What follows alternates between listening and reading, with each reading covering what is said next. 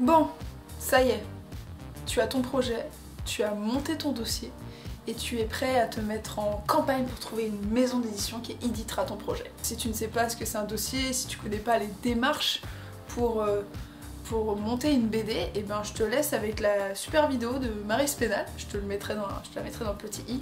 Elle explique tout comment elle a fait pour éditer sa bande dessinée Wonder Pony. Et mine de rien, c'est pas une démarche hyper simple. C'est pas quelque chose qui nous met tous hyper sereins ou sereines. Et pour que ça se passe au mieux, bah, j'ai quelques petits conseils pour toi. Cadeau de moi à toi.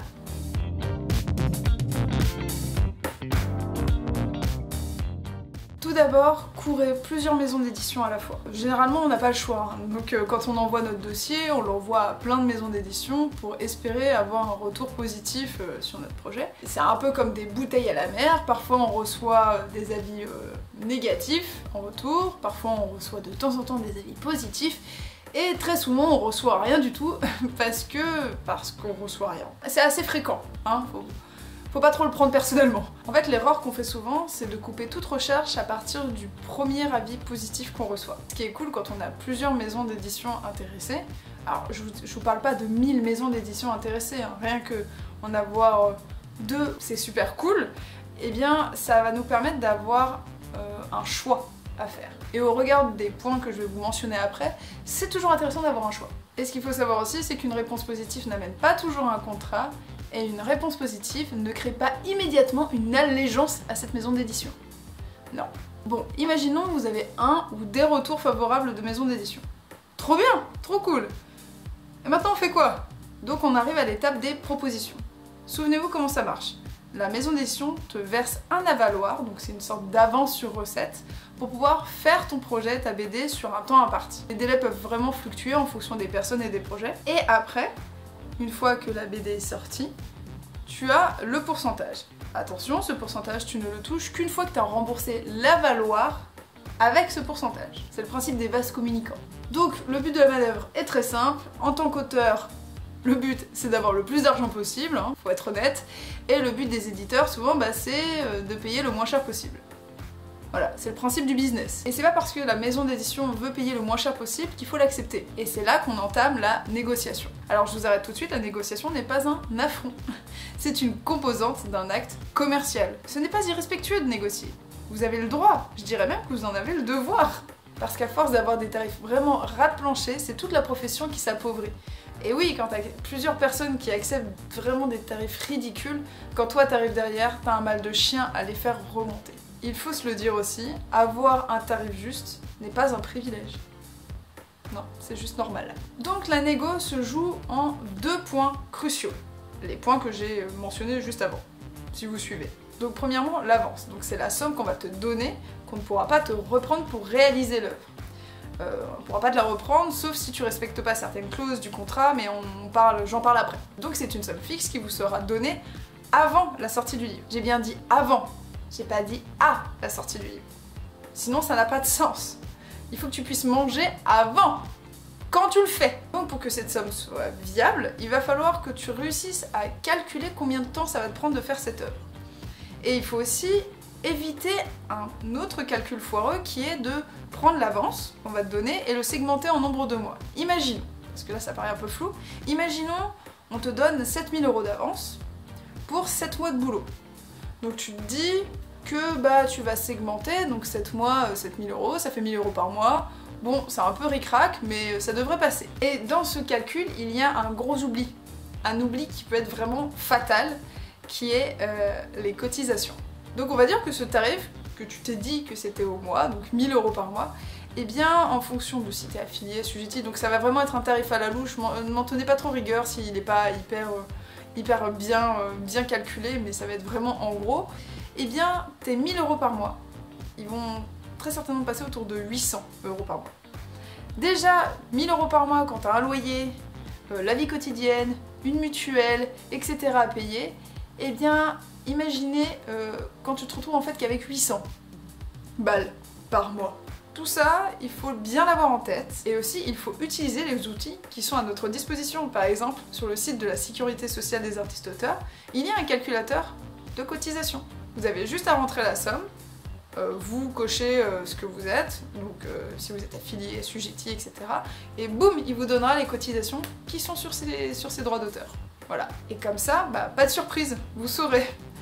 Donc vous saurez aussi qu'il faudra remonter à la valoir si vous voulez survivre. Voilà. Le deuxième gros point de la négo, c'est le pourcentage. Alors, c'est très simple, plus il sera gros, plus tu vas rembourser rapidement ton avaloir, plus vite tu vas toucher des droits d'auteur. Voilà, c'est aussi simple que ça. À savoir, pour vous donner un ordre d'idée, moi je fais de la bande dessinée pas jeunesse, et je vais pouvoir parler que de mon milieu, hein. Je sais pas comment ça se passe du côté des livres, du côté de la jeunesse, etc. Les pourcentages sont sur une fourchette de 8 à 12%. Parfois ça peut aller plus haut que ça. Mais en gros, voilà, c'est à peu près la fourchette qu'il y a, 8-12. Et parfois, en fait, on te propose un échelonnement. Ça veut dire que dans ton contrat, à tant d'exemplaires, ça sera 8%. Dès que tu passeras un certain nombre d'exemplaires, ça passera à 10, et encore, et ainsi de suite, jusqu'à 12%, etc. Et de ma propre expérience, de mon milieu, si on vous propose un pourcentage inférieur à 8%, qui est quand même déjà le bas de l'échelle, négociez. Cherchez pas, négociez. Faut se le dire, c'est évident pour personne la négociation, hein, vraiment. Mais c'est en tentant qu'on se fait la main en fait. Peut-être faites-le mal, mais faites-le. Ça vous apprendra en fait, on apprend de ses erreurs, hein. C'est pareil pour la négociation. Et il faut vous dire que ça ne coûte rien. Aucun éditeur va vous claquer la porte parce que vous avez osé négocier. Ou du moins aucun éditeur censé. Le pire du pire qui peut vous arriver, c'est qu'il reste campé sur ses positions et qu'il reste campé sur son tarif. Et enfin, comparer.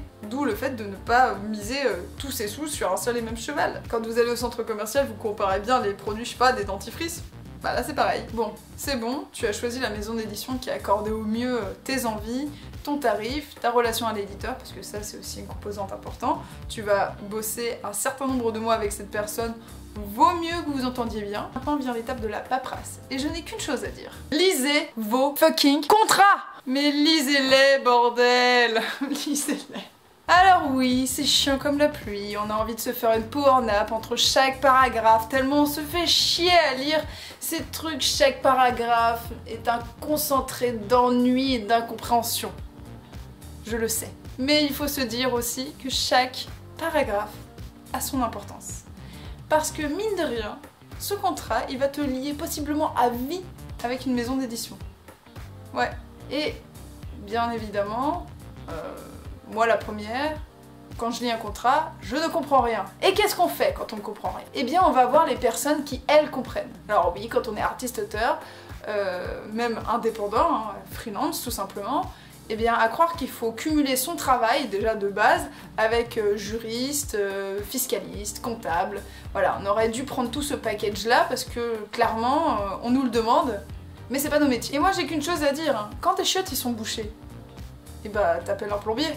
Et c'est pareil pour le contrat. Il faut appeler quelqu'un qui saura le lire et le décoder. Alors, t'as plusieurs choix devant toi. Soit tu peux faire appel à un ou une juriste qui va te faire une lecture de contrat moyennant finance.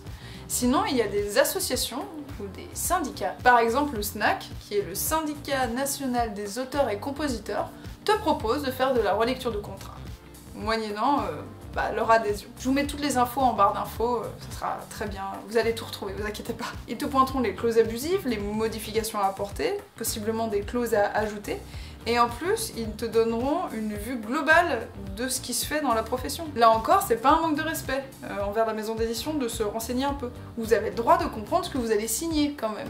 Et si on vous le reproche, ça sent pas bon.